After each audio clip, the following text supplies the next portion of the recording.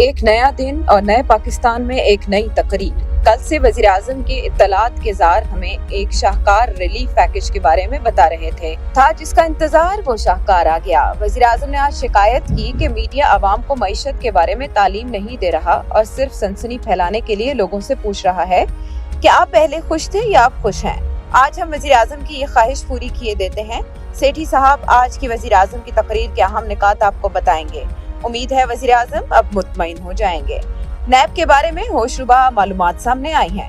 کتنے پیسے نیب نے جمع کیے اور کتنے قومی خزانے میں آئے، نیب میں اور کیا ہو رہا ہے، بات کریں گے آج کے پروگرام میں۔ پشاور ہائی کورٹ نے صوبے کے بلدیاتی قانون میں تحریر ان نکات کو جن میں گاؤں اور محلے کے بلدیاتی انتخاب غیر جماعتی بنیادوں پر کرانے کا اعلان کیا تھا، خلاف آئین قرار دے دیا ہے۔ عمران سرکار پریشان ہے، وہ کیا کریں گے؟ ٹی ایل پی کے ساتھ مارکے میں پولیس اور نوکرشاہی کے ساتھ کیا بیتی ہے اور تبدیلی سرکار کیا کچھ تبدیل کرنے کا ارادہ رکھتی ہے، پوچھیں گے سیٹھی صاحب سے آج کے پروگرام میں۔ السلام علیکم، نجم سیٹھی شو میں خوش آمدید۔ میں ہوں سیدہ عائشہ ناز، میرے ساتھ موجود ہیں نجم سیٹھی صاحب۔ السلام علیکم نجم سیٹھی صاحب، کچھ دنوں سے انتظار کیا جا رہا تھا کہ عمران خان صاحب قوم سے خطاب کریں گے۔ ہمیں یہ خبر سنائی جاتی رہی اور یہ گردش کر رہی تھی کہ عمران خان صاحب جو ٹی ایل پی کے ساتھ معاملات ہوئے ہیں اس پر قوم کو شاید اعتماد ملیں گے، لیکن پھر آج ہمیں وزیر اعظم کی تقریر سے پہلے فواد چودھری صاحب نے ٹویٹر کے ذریعے بتایا کہ وہ ایک تاریخی ریلیف پیکج کا اعلان کرنے جا رہے ہیں، اور ایسا ہی ہوا۔ وزیر اعظم آئے قوم کے سامنے اور انہوں نے بتایا کہ کیسے انہیں اپنی حکومت کی ابتدا میں جو گزشتہ حکومتوں کی تباہ کاریاں ان کے سبب پرابلمز کا سامنا کرنا پڑا، اور ایک سال تک وہ سٹیبل کرتے رہے اکانومی کو، تو پھر کورونا آ گیا، لیکن اس کے باوجود وہ یہ بتا رہے ہیں کہ انڈیکیٹرز ہمارے ملک کے ٹھیک جا رہے ہیں۔ انہوں نے پھر کمپیریزن کیا ڈفرینٹ کنٹریز کا اور بلومبرگ کی رپورٹ کا بھی حوالہ دیا کہ مختلف ممالک میں اشیاء کی قیمتیں کس پرسنٹیج کے حساب سے بڑھی ہیں۔ پھر انہوں نے بتایا، اپنے پیکج کی تفصیل بتائی، 120 بلین روپے کا جو پیکج ہے، 120 ارب روپے کا پیکج، اس میں انہوں نے بتایا کہ سود کے بغیر کسانوں کو بھی قرضہ ملے گا، اور اس کے علاوہ شہروں میں آپ کو کاروبار کے لیے قرضے دیے جائیں گے، اور ہر خاندان کے ایک فرد کو سکل سکھائی جائے گی کوئی نہ کوئی۔ پھر اسکالرشپس کا ایک بڑے پروگرام کا انہوں نے اعلان کیا۔ پھر انہوں نے بتایا کہ پنجاب میں ہیلتھ کارڈ کب ملے گا، یعنی انہوں نے ہر ایک سیکٹر کو الگ الگ ایڈریس کیا، اور پھر آٹے اور دال کے بھاؤ کے حوالے سے بھی بتا دیا کہ 6 مہینے تک 30% رعایتی نرخوں پر یہ ملا کرے گا۔ سیٹھی صاحب، جب ہمارے وزیر اعظم ہمیں اعلان کر کے یہ اچھی خبریں سنا رہے تھے کہ حکومت کتنی کنسرنڈ ہے ہمارے ایشوز سے ریلیٹڈ، اس کے فوراً بعد ٹیلی ویژن سکرین پر خبریں فلیش کرتی ہیں اور بتاتی ہیں کہ یوٹیلیٹی سٹورز پر مختلف برانڈز کے جو گھی ہیں اور کوکنگ آئل ہیں ان کی قیمتوں میں اضافہ ہو گیا ہے۔ 65 روپے فی لیٹر تک وہاں مہنگا تیل ہو چکا ہے، اور گھی کی قیمت میں 53 روپے اضافہ ہوا ہے۔ پھر ہم دیکھ رہے ہیں چینی 120 سے اوپر، 120 روپے فی کلو سے اوپر جاری ایکسیڈ کری ہے۔ یہ عمران خان صاحب کے خطاب کے فوری بعد ہوا۔ سیٹھی صاحب، ایسے لگتا ہے جیسے ہمارے وزیر اعظم ہمارے لیے بہت سیریس ہیں، لیکن کچھ ایسے فیکٹرز ہیں، ایسی قوتیں ہیں جو کہ ہم تک ریلیف پہنچنے نہیں دینا چاہتی۔ عائشہ، یا ہمارے وزیر اعظم حسب معمول جھوٹ بول رہے ہیں۔ اچھا، اب آئیے آپ کیسا جھوٹ بول رہے ہیں اور کیا کہہ رہے ہیں، اس کو ذرا اس کے اوپر غور کرتے ہیں۔ آپ نے صحیح کہا، قیمتیں تو بڑھ رہی ہیں۔ وزیر اعظم صاحب نے 4-5 باتیں موٹی موٹی کی ہیں آج۔ پہلے تو خیر انہوں نے وہ ٹھکائی کی ہے نون لیگ کی، جو کہ حسب معمول وہ ہمیشہ کرتے ہیں شروع کرنے سے پہلے اور آخر میں بھی۔ آج بھی شروع انہوں نے یہی کیا کہ ہمارے ہاتھ میں جو حکومت آئی تھی وہ لنگڑی لولی تھی اور بہت برے حالات تھے، اور حالانکہ ایسی بالکل بات نہیں ہے۔ اس وقت 6-5.5% کے قریب معیشت گرو کر رہی تھی، بڑھ رہی تھی، اور جب سے یہ لوگ آئے ہیں تو اس کا ایوریج ریٹ آف گروتھ جو ہے وہ 1% پہ یا 1.5% پہ آ چکا ہے ایوریج۔ پہلے تو مائنس بھی ہو گیا تھا۔ اس کے بعد انہوں نے بہت سے یہ ایگزامپلس دیے ہیں کہ جی ہم بہت سے قرضے بڑھ گئے ہیں، یہ ہو گیا وہ ہو گیا۔ وہ مفتاح اسماعیل صاحب ہر روز ہمیں بتاتے ہیں کہ ان کے زمانے میں کتنے قرضے تھے اور اب کتنے، جو کہ انہوں نے 5 سال میں جو قرضے لیے تھے انہوں نے 2 سال میں اتنے قرضے لے لیے اینڈ سو آن۔ تو مطلب ہے کہ ایک کے بعد دوسرا جھوٹ۔ اب آپ آئیے آگے کہ انہوں نے جو باتیں کہی ہیں، اور آج جو زیادہ ایمفسس تھا پرائم منسٹر صاحب کا وہ یہی تھا کہ عائشہ کہ جی دنیا میں بڑی مہنگائی ہو رہی ہے، اور ہمارے ہاں تو اتنی مہنگائی نہیں ہے جتنی دنیا میں ہو رہی ہے، اور اس لیے ہم نے تو بہت اچھی کارکردگی کی ہے۔ اور پھر انہوں نے کہا جی کہ انڈیا میں مہنگائی کا ریٹ یہ ہے، ترکی میں مہنگائی کا ریٹ یہ ہے، برطانیہ میں مہنگائی کا ریٹ یہ ہے. یہ نہیں بتایا کہ یہاں غربت کا ریٹ کتنا ہے اور وہاں غربت کتنی کم ہے. اگر یہ بتا دیتے کہ یہاں غربت کتنی ہے، جو کہ 40% کے اب لگ بھگ غربت بڑھ گئی ہے، فرام 25-26% 10 سال پہلے، اور اب 40% کے قریب پہنچ گئی ہے غربت آپ کی، جو پاورٹی لائن ہے اس کے نیچے. تو پھر پتہ چلتا ہے کہ یہ مہنگائی جو ہے، اگر یہاں 10% ہر سال بڑھ رہی ہے مہنگائی اور دوسرے ملکوں میں 15 بڑھ رہی ہے، تو یہاں غربت بھی بڑھ رہی ہے اس سے زیادہ، اور وہاں غربت اتنی نہیں بڑھ رہی کیونکہ وہاں ان کی آمدن بھی ساتھ ساتھ بڑھ رہی ہے. جب آمدن ساتھ ساتھ بڑھے اور مہنگائی بھی بڑھے تو پھر آپ کی جیب کے اوپر اتنا اثر نہیں پڑتا. مگر اگر آپ کی آمدن نہ بڑھے اور مہنگائی ہو جائے تو آپ کی جو وہ پیسہ جو ہوتا ہے جو آپ خرچ کرتے ہیں اپنے اوپر، اپنے خاندان کے اوپر، اپنی فیملی کے اوپر، وہ کم ہو جاتا ہے. تو اس لیے یہ بتانا چاہیے تھا کہ اس ساری ریجن کے اندر آپ کی پر کیپٹا انکم کتنی ہے اور ان لوگوں کی کتنی ہے. یہاں اگر آپ کی منیمم ویج جو ہے وہ 20,000 روپے ہے، تو وہاں منیمم ویج آپ کے حساب سے 50,000 روپے ہے یا 1,00,000 روپے ہے.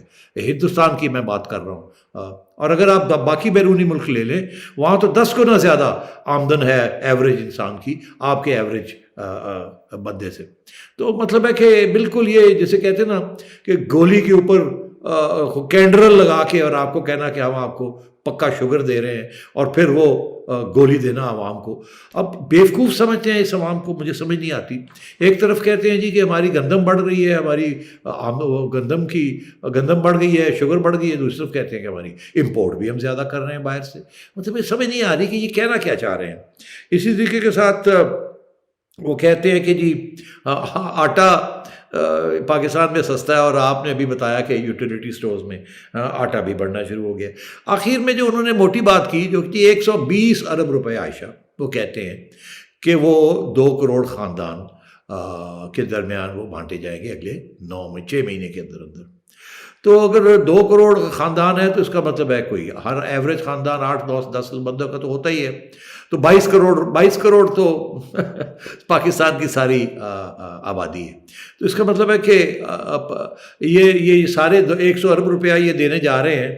تو میں حساب لگا رہا تھا کہ یہ تو کوئی 900 روپے کے 90 روپے پر منتھ بنتے ہیں ہر شخص کے لیے، 90 روپے پر منتھ. اور جس طریقے سے قیمتیں بڑھ رہی ہیں تو آپ کا خیال ہے اس سے لوگ بڑے خوش ہو جائیں گے. 120 ارب روپیہ یہ خرچ کرنے جا رہے ہیں 2 کروڑ خاندانوں کے اوپر، جس سے آپ کا اور میرا حساب یہی ہے کہ 90 روپے ہر ماہ ان کو مل جائیں گے. اچھا مطلب ہے کہ یہ ڈرامہ ہی ہے نا سارا عائشہ. اور اس طریقے کے ساتھ انہوں نے پھر اور بھی بہت لمبی چوڑی اس قسم کی باتیں کی. تو مجھے تو آج کی تقریر میں کچھ نئی بات نظر نہیں آئی. یہ باتیں ہم نے پہلے بھی سنی ہیں، ہر سال ہم یہ باتیں سنتے ہیں، لاری لپا لاری لپا لاری لپا. اب مجھے بتائیں کہ جو لوگ جو تنگ اس وقت تنگی میں ہیں، جن کو روٹی نہیں مل رہی یا وہ افورڈ نہیں کر سکتے، ان کو یہ لاری لپا دے رہے ہیں کہ جی انڈیا میں یہ ہے اور فلانی جگہ پہ یہ ہے اور فلانی جگہ پہ یہ ہے. اچھا آگے آئیے. آج انہوں نے بڑی تعریف کی ہے سرمایہ داروں کی کہ کنسٹرکشن انڈسٹری کو ہم نے اتنے ارب روپے کا ان کا کاروبار شروع کرا دیا، ہم نے ٹیکسٹائل انڈسٹری کو ان کے منافع اتنے بڑھ گئے، آٹو موبائل انڈسٹری سیٹھوں کی. ارے بھائی یہ ساری سیٹھوں کی انڈسٹریز ہیں. سیٹھ جو ہے وہ اور پیسے بنا رہے ہیں، آپ خود کہہ رہے ہیں کہ ان کی پروفٹ بڑھ گئی. اور آخر میں آ کے آپ یہ کہتے ہیں سیٹھوں کو کہ بھائی سیٹھوں تھوڑے سے پیسے اپنے مزدوروں کو بھی دے دو. ارے بھائی آپ کے کہنے کے ساتھ وہ سیٹھ لوگ جو ہیں وہ مزدوروں کو پیسے دیں گے؟ کوئی لیجسلیشن ہوتی ہے، کوئی مانیٹرنگ ہوتی ہے، کوئی اور طریقے ہوتے ہیں، یا آپ ان سے ٹیکس لیں اور وہ عوام کے اندر بانٹیں. یہ 120 ارب روپیہ جو ہے جس کو آپ کہہ رہے ہیں، اس کو 2000 ارب روپیہ کریں آپ، سیٹھوں سے آپ پیسے لے کے اور عوام کے اندر بانٹیں. مگر نہیں، آپ نے تو سیٹھوں کی جیبوں میں آج جتنی باتیں کی، auto mobile industry, cement industry, sugar industry, بس جس کی بات کی ہے انہوں نے آج، ٹیکسٹائلس، سب سیٹھ لوگ. تو غریبوں کے لیے کیا کیا آپ نے؟ لوور مڈل کلاس کے لیے کیا کیا ہے؟ عائشہ کے لیے، مڈل کلاس کے لیے کیا کیا آپ نے؟ ان کے لیے تو آپ ہمیں آگے دھمکی دے رہے ہیں کہ جناب اب وہ پیٹرول اور بڑھنے جا رہا ہے. تو پھر ہمیں یہ کہتے ہیں فکر نہ کریں، یہ UK میں پیٹرول زیادہ مہنگا ہے ہمارے سے. تو مہربانی کر کے ان کو یو کے بھیج دیں عائشہ کو، اور عائشہ کو کہیں میں آپ کو فلیٹ بھی لے دیتا ہوں، آپ کی جو ایوریج انکم ہے وہ 50,000 پاؤنڈ سال کی یا 1,00,000 پاؤنڈ سال کی کر دیتا ہوں، 1 کروڑ روپے آپ کو سال میں مل جائے گا، تو پھر آپ وہاں 200 روپے کا پیٹرول بھی ڈلوا لیا کریں اور بڑی اپنی BMW گاڑی کے اندر۔ ارے یار کیا آپ لوگوں کو بیوقوف بنا رہے ہیں۔ نے جو بھی تنقید کا نشانہ جس طرح بنایا، اسٹریٹ فارورڈ آپ نے جھوٹی قرار دے دیا عمران خان صاحب کے ان باتوں کو، لیکن دوسری طرف وزیر اعظم یہ کہتے ہیں ٹھیک ہے میڈیا اور اپوزیشن کا کام تنقید کرنا، لیکن میڈیا بیلنس کرے اور وہ دیکھے کہ صرف مہنگائی یہاں ہوئی ہے یا یہ ورلڈ ایشو ہے عالمی سطح پر بھی۔ اس کا بھی آپ نے جواب دے دیا کہ آپ جب بات کر رہے ہیں یہاں پر مہنگائی کی تو ساتھ ہی آپ پر کیپٹا انکم بھی بتائیں کہ باقی ممالک میں اور پاکستان میں کیا فرق ہے۔ تو یہ کہیے میڈیا کیسے بیلنس کر سکتا ہے جو وزیر اعظم ایکسپیکٹ کر رہے ہیں میڈیا سے کہ وہ یہ کام کریں اور وہ لوگوں کے پاس جا کے نہ پوچھیں کہ آپ کو مسئلہ، کیونکہ لوگ تو یہی کہیں گے کہ انہیں مسائل ہیں، تو پھر کیسے یہ تعین ہوگا کہ مہنگائی ہے؟ دیکھیے عائشہ ایسے ہے کہ ہمیں تو یہ بھی پتہ نا کہ بے روزگاری بڑھ گئی ہے، ہمیں یہ بتایا جا رہا ہے جو کہ اسٹیٹسٹکس بتا رہے ہیں کہ بے روزگاری بڑھ گئی ہے بیکاز آپ کی معیشت نہیں گرو کر رہی۔ اب معیشت آپ کی 3% پہ آئی ہوئی ہے اب پچھلے 3 سال میں، پہلے وہ -1.4 پہ گئی، پھر 0.4 پہ آئی، اب جا کے 1 یا 2 یا 3% پہ جا رہی ہے۔ تو مطلب یہ ہے کہ اس سے تو بے روزگاری بڑھ رہی ہے، ان امپلائمنٹ بڑھ رہی ہے، 2 کروڑ لوگ تو ان امپلائڈ کی طرف جا رہے ہیں۔ تو مطلب ہے کہ کس طریقے سے لوگ اپنے بیچارے پیٹ پورا کریں گے؟ آپ نے جو باتیں کی ہیں یہ آپ ان باتیں جو ہیں یہ آپ کسی کے سامنے، کوئی انٹیلیجنٹ آدمی کے سامنے نہ کریں، نہ ہی آپ کسی غریب آدمی کے آگے۔ سیٹھوں کے لیے تو بہت کچھ ہو گیا، مگر مڈل کلاس اور لوور مڈل کلاس کے لیے کیا ہوا؟ کچھ بھی نہیں ہوا۔ اور تنخواہیں کہاں بڑھتی ہیں؟ قیمتیں بڑھتی ہیں، تنخواہیں تو نہیں بڑھتی، بے روزگاری بڑھتی ہے، وہی ہو رہا ہے۔ مجھے بتا دیں کس کی تنخواہ بڑھی ہے پچھلے سال میں؟ پچھلے 2 سال میں کتنے لوگ ہیں جن کی تنخواہیں بڑھی ہیں؟ کسی کی نہیں بڑھی، اور اسی لیے کیونکہ پھر لوگوں کو، فیکٹریز والوں کو، ان کو قرضے لینے پڑے بینکوں سے صرف تنخواہیں دینے کے لیے، اتنی برا حال تھا سب کا۔ تو مطلب یہ بڑے افسوس کی بات ہے۔ اور جاتے جاتے پھر وہی پرانی باؤنڈری جو کہ نو بال، اپنے خود نو بال کراتے ہیں، نو بال کے اوپر چھکا مار دیتے ہیں اور پھر کہتے ہیں جی میں نے واہ واہ کر دی۔ کہتے ہیں جی کہ اگر زرداری صاحب اور نواز شریف صاحب اپنے لوٹے ہوئے پیسے واپس لے آئیں تو میں آپ کی ساری قیمتیں اس ملک کی عادی کر دوں گا۔ ارے بھائی آپ تو کہہ رہے تھے کہ آپ دلوائیں گے وہ ان کے پیسے واپس، 3 سال ہو گئے ہیں، ایک کیس آپ کا نہیں چلا، ایک دھلا آپ نہیں لے کے آئے ان کے پیسوں کا، اور آپ نے ڈرامے کیے ہوئے تھے کہ جی پاکستانی ہمیں پیسے دیں گے اور ہم باہر سے جو لوٹا ہوا پیسہ 300 ارب روپیہ جو ہے وہ لے کے آئیں گے، 300 ارب، پتہ نہیں کہاں سے یہ لے آئے تھے فگر، اور پھر اب ایک کے بعد دوسری جگہ پہ آپ کو عدالتوں میں جو گھسیٹا جا رہا ہے اور آپ کو جھوٹ آپ کا جو ہے وہ سامنے لایا جا رہا ہے۔ تو مطلب یہ ہے کہ یہ ہاتھ پیر مار رہے ہیں مگر کوئی اس سے کنونس نہیں ہوگا۔ اور اگر آپ سمجھتے ہیں کہ میڈیا لیٹ جائے گا آپ کے آگے تو بھول جائیں، آپ جو میڈیا کے ساتھ حشر کر رہے ہیں یہ میڈیا آپ کو نہیں معاف کرے گا، میڈیا حقیقت بتائے گا۔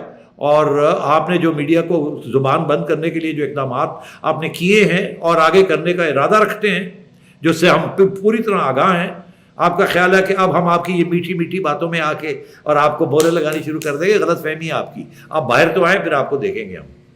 تو ماضی کی حکومتوں کا اس میں سیٹھی صاحب کوئی دوش نہیں ہے، وزیر اعظم کہہ رہے ہیں ریکارڈ خسارہ ملا، ریکارڈ قرضہ ملا، اسی گیپ کو فل کرنے کے لیے یہ گورنمنٹ مزید قرضے لے رہی ہے معیشت کو سنبھالا دینے کے لیے، کیونکہ ڈیفالٹ کرنے والے تھے تو قرضہ لینا پڑا۔ اب ایک تو اپوزیشن کا قصور جو ماضی کی حکومت ہے ان کا، اور پھر کرونا بھی آ گیا، یعنی گورنمنٹ کے لیے کوئی ایک چیلنج نہیں تھا جس کو وہ سنبھالتے، تو یہ فیکٹرز بھی تو ہیں جن کو اگنور نہیں کیا جا سکتا سیٹھی صاحب۔ نہیں بالکل، میں آپ کو پی ٹی آئی کا ٹکٹ دلوا دوں گا، فکر نہ کریں۔ اب میں جواب دیتا ہوں آپ کے، نہیں اب میں آپ کے سوال کا جواب بھی دیتا ہوں۔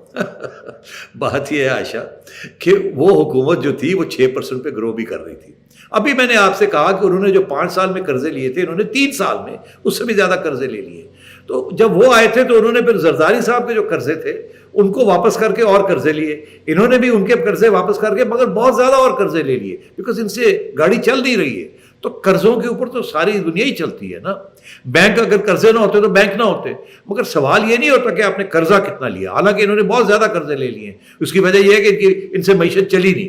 اگر معیشت 8-9% پہ چل رہی ہو عائشہ تو پھر قرضہ تو اچھی بات ہے نا. اگر 2-3-4% پہ آپ نے قرضے لے لیے IMF سے 1.5%, 2% ورلڈ بینک سے 1.5%, آدھا % ایشین ڈیولپمنٹ بینک سے, تو وہ تو اگر آپ کی معیشت 8-9%, 7% پہ چل رہی ہے تو ہنس کے آپ قرضے واپس کر سکتے ہیں. دنیا میں اس وقت سب سے زیادہ ملک کون سا ہے جو قرضے میں ہے؟ United States. امریکہ اس وقت دنیا کا سب سے بڑا قرضہ امریکہ نے لیا ہوا ہے اپنی معیشت چلانے کے لیے, مگر وہ ان کی معیشت چلتی ہے اور وہ قرضے واپس کرتے ہیں اور نئے قرضے لیتے ہیں, اور دنیا کا وہ سپر پاور ہے. چائنا نے بھی قرضے لیے ہوئے, امریکہ نے سب سے زیادہ قرضے لیے ہوئے, UK نے لیے ہوئے, جرمنی نے لیے ہوئے. تو آپ اگر لندن اکانومسٹ ہے اس کے بیک پیج پہ چلے جائیں, ان کا وہ ایک ٹیبل ہے کہ most indebted countries in the world, اس کو دیکھ لیجیے. سب سے امیر ملک وہ ہیں جنہوں نے سب سے زیادہ قرضے لیے ہوئے. یہاں کھاتا الٹا ہے, سب سے غریب ملک وہ ہے جس سے سب سے زیادہ قرضے لیے ہوئے. تو اس کا مطلب ہے کہ قرضے کے ساتھ ترقی ہوتی ہے, قرضے کے ساتھ اچھی چیزیں ہوتی ہیں, کیونکہ قرضے جو ہیں ان کو صحیح طریقے سے استعمال کیا جاتا ہے. ہر سرمایہ دار قرضہ لے کے فیکٹریاں چلاتا ہے, ہر بندہ قرضہ لے کے اپنے کاروبار بناتا ہے. 100 روپے کا قرضہ لیا, 200 روپے کمائے, 100 روپے واپس کیا, 100 روپے اپنی جیب میں ڈالے. یہاں یہ 100 روپے کا قرضہ لیا, 150 روپے خرچ کر دیے اور قرضہ لے کے 150 روپے واپس کیے. یہ کھاتے کھلے ہوئے ہیں.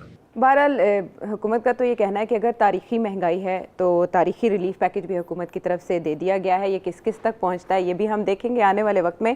عمران خان صاحب نے پچھلے سال 14 اگست کے موقع پر پوری قوم کو خوشخبری سنائی تھی کہ بجلی کے حوالے سے جو اب قیمتیں بڑھانے کا مسئلہ ہے وہ ہمیشہ کے لیے حل ہو جائے گا, کیونکہ IPPs کے ساتھ ان کا ایک معاہدہ ہونے جا رہا ہے جس کے بعد بجلی کی قیمتیں مزید نہیں بڑھیں گی. لیکن اب یہ خبر آ رہی ہے کہ نیپرا کی جانب سے درخواست کی سماعت کر لی گئی ہے جس کے مطابق بجلی 1 روپے 68 پیسے مزید مہنگی ہو جائے گی, اور پھر اس طرح سے جو ایوریج ٹیرف ہوگا بجلی کا وہ 15 روپے 36 پیسے ہو جائے گا. وزیراعظم نے آج جاتے جاتے یہ بھی بتایا کہ پیٹرول کی قیمتیں بھی بڑھیں گی اور گیس کا بھی بحران آ سکتا ہے. ان سب باتوں کے ساتھ انہوں نے قوم کو ریلیف پیکج سنایا. ہم واپس آتے ہیں ایک بریک کے بعد.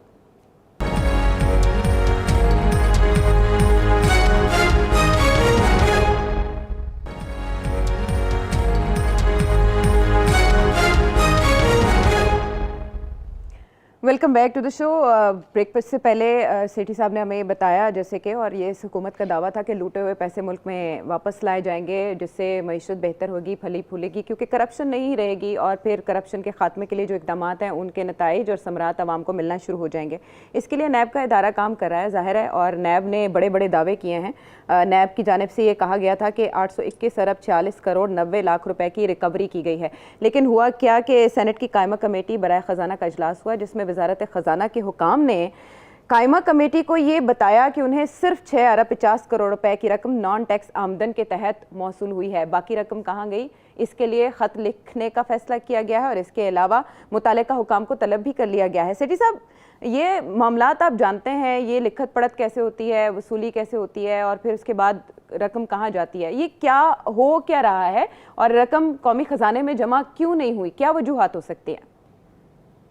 بڑی شاکنگ نیوز ہے کہ وہ کہتے ہیں کہ کوئی 850 یا 800 سے ارب روپے سے زیادہ انہوں نے جب سے وہ نیب وجود میں آئی ہے انہوں نے 2004 یا 2006 سے اکٹھے کیے, اور یہ پتہ چلا ہے کہ جناب صرف 6 ارب روپے کے قریب انہوں نے خزانے میں جمع کرائے ہیں. تو یہ تو سوال ان کو پوچھنا چاہیے نا چیئرمین صاحب کو کہ بھائی پیسے کہاں گئے. اب میرا جو اپنا خیال ہے کہ ایک تو انہوں نے اپنے خرچے نہیں بتائے, اور جو ان کو پینلٹی لگتی رہی ہیں جو باہر کے ملکوں میں ان کو دینا پڑنا رہا ہے. ابھی حال ہی میں آپ نے دیکھا وہ کیا کیا ہوا, ابھی جو انہوں نے براڈ شیٹ والوں کو پیسے دینے پڑے وہ انہوں نے ہی دیے ہوں گے نا اپنے کھاتے میں سے. تو انہوں نے جو اپنے اوپر, اپنی عائشیوں کے اوپر, اور اپنے بڑے بڑے زبردست دفتروں کے اوپر, اور آنے جانے کے اوپر, اور لندن کے ٹرپس لگانے کے اوپر, اور یہ وہ سارے کھاتے جو ہیں وہ اس پہ خرچے بھی تو کیے ہوں گے نا. تو میں یہ سمجھتا ہوں کہ ذرا ان سے سوال یہ کیا جائے کہ اتنے آپ تیر مارتے ہیں تو آپ نے پیسے کتنے دیے ہیں. میں تو سمجھتا ہوں نیب کو ریپ اپ کرنا چاہیے. اب نیب نے بہت نقصان کیا ہے. ہر پروونشل گورنمنٹ کے اندر ایک اینٹی کرپشن ڈپارٹمنٹ ہوتی ہے, اس کو اگر آپ مضبوط کر دیتے اور انڈیپینڈنٹ کر دیتے تو آپ کو نیب کی ضرورت ہی نہ پڑتی. اور مگر انہوں نے, مشرف صاحب نے یہ نیب اپنے سیاسی اپوزیشن کے لیے کی تھی, اور اسی طریقے کے ساتھ اس حکومت نے بھی اس کو ایسے ہی استعمال کیا ہے, اور نیب نے بہت سخت نقصان پہنچایا ہے ہماری معیشت کو. اب ہر بندہ جو سول سرونٹ ہے وہ کوئی کسی قسم کا کام کرنے کے لیے تیار نہیں ہے، کیونکہ جس قسم کی وچ ہنٹنگ نیب نے کی ہے وہ آج تک میں نے اپنی زندگی میں نہیں دیکھی، اور کوئی بھی فیصلہ نہیں کرے گا جس طریقے سے یہ نیب والے آتے ہیں اور جاتے ہیں اور دندناتے ہیں اور پکڑ کے لے جاتے ہیں، کون فیصلے کرے گا؟ تو ایک تو یہ، دوسرا یہ کہ آڈیٹر جنرل آف پاکستان جو ہیں قانون کے مطابق، آئین کے مطابق they are supposed to audit سارے ادارے، اور جو جس کا تعلق حکومت کے ساتھ ہے، تو یہ تو حکومت کے ساتھ ہی اس کا تعلق ہے نا، حکومت کے قانون کے تحت یہ وجود میں آیا نیب، جس کو اب جس کی دھجیاں اب اڑائی جا رہی ہیں اس کی طرف آتے ہیں ہم، مگر تو کیا آڈیٹر جنرل بھی ان کو آڈٹ نہیں کر سکتا نیب کو؟ کیا نیب اب بالکل ہر ایک کے ہاتھ سے باہر ہے؟ کمال ہو گیا، جتنی تنقید نیب کے ہو وہ کم ہے، اور اب جو جس قسم کی یہ قانون لا رہے ہیں اس کے بعد تو نیب ایک نیا FIA بنانے جا رہے ہیں اب یہ، کہ جو پرائم منسٹر چاہے گا وہی ہوگا، کوئی ادارہ انڈیپینڈنٹ نہیں ہوگا، کوئی کچھ نہیں ہوگا، اور اوپر سے جو قانون بنانے جا رہے ہیں یا بنائے ہیں اس کے ذریعے خود یہ اپنے آپ کو انہوں نے NRO دے دیا، اور باقی اپوزیشن جو ہے ان کو پکڑ کے اندر کرتے جائیں گے۔ تو بڑے افسوس کی بات ہے، میرا خیال ہے کہ یہ سینٹ کے اندر اور نیشنل اسمبلی کے اوپر اپوزیشن کو کافی اس کے اوپر بھاگ دوڑ کرنی چاہیے، اور پتہ کرنا چاہیے، ان کا حق ہے کہ نیب بتائے اپنے پورے ریکارڈ کہ نیب نے پیسے کہاں کیے اور کیا نہیں کیا۔ اچھا، ویسے سٹی صاحب جب بات نیب کی ہو رہی ہے تو چیئرمین نیب کی تعیناتی کے حوالے سے بھی پیش رفت ہونے جا رہی ہے اگلے ہفتے، اور اس پر جو صدر مملکت ہیں وہ وزیر اعظم اور اپوزیشن لیڈر سے مشاورت کریں گے، لیکن اسی اثناء میں یہ خبر بھی آتی ہے کہ پارلیمنٹ کے ذریعے صدر مملکت سے یہ اختیار واپس لے لیا جائے گا چیئرمین نیب کو ہٹانے کا، یعنی وہ جو امینڈمنٹس اپنی جگہ پر پڑی ہوئی ہیں، دیر از سو مچ کنفیوژن۔ آنے والے ہفتے میں آپ اس حوالے سے کوئی پیش رفت دیکھ رہے ہیں، ہو پائے گی یا نہیں؟ نیا چیئرمین نیب جن کے بارے میں خبریں گردش کر رہی ہیں وہ ٹھیک ہیں یا نہیں؟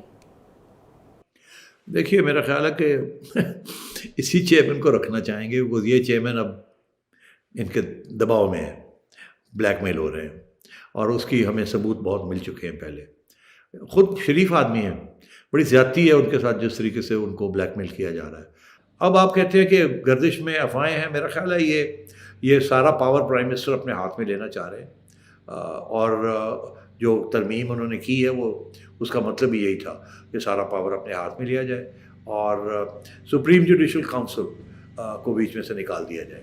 اب اس کے اوپر بڑی انٹرسٹنگ میں نے تبصرے سنے ہیں، ہمارے ایک ایکس پریزیڈنٹ ہیں اور ex chairman senate Waseem Sajjad صاحب، بڑے مشہور وکیل بھی ہیں، ایکس پریزیڈنٹ آف پاکستان بھی رہے ہیں کچھ عرصے کے لیے، اور اس کے بعد چیئرمین سینٹ بھی ہیں، تو انہوں نے بہت اچھا تبصرہ کیا ہے، اور انہوں نے بتایا کیسے کہ سپریم جوڈیشل کاؤنسل کو اسی لیے رکھا گیا تھا کیونکہ ان کا تعلق چیئرمین نیب کا ان کو وہ حیثیت دی گئی تھی جو کہ ایک جج کو دی جاتی ہے، اور جیسے ایک جج کو ریموو کیا جاتا ہے اسی طریقے کے ساتھ چیئرمین نیب کو بھی ریموول کا اختیار تھا سپریم جوڈیشل کاؤنسل کو، کوڈ آف کانڈکٹ یا کوئی کرپشن پروو ہو یا کوئی اس قسم کی چیز ہو، مگر یہاں تو بالکل انہوں نے تو ہٹا ہی دیا سپریم جوڈیشل کاؤنسل کو، ججوں کو تو بیچ میں سے نکال ہی دیا۔ اب تو پرائم منسٹر صاحب خود ہی اپوائنٹ کریں گے اور خود ہی کوئی ایسے ریزن دیا اور چھٹی کرا دیں گے۔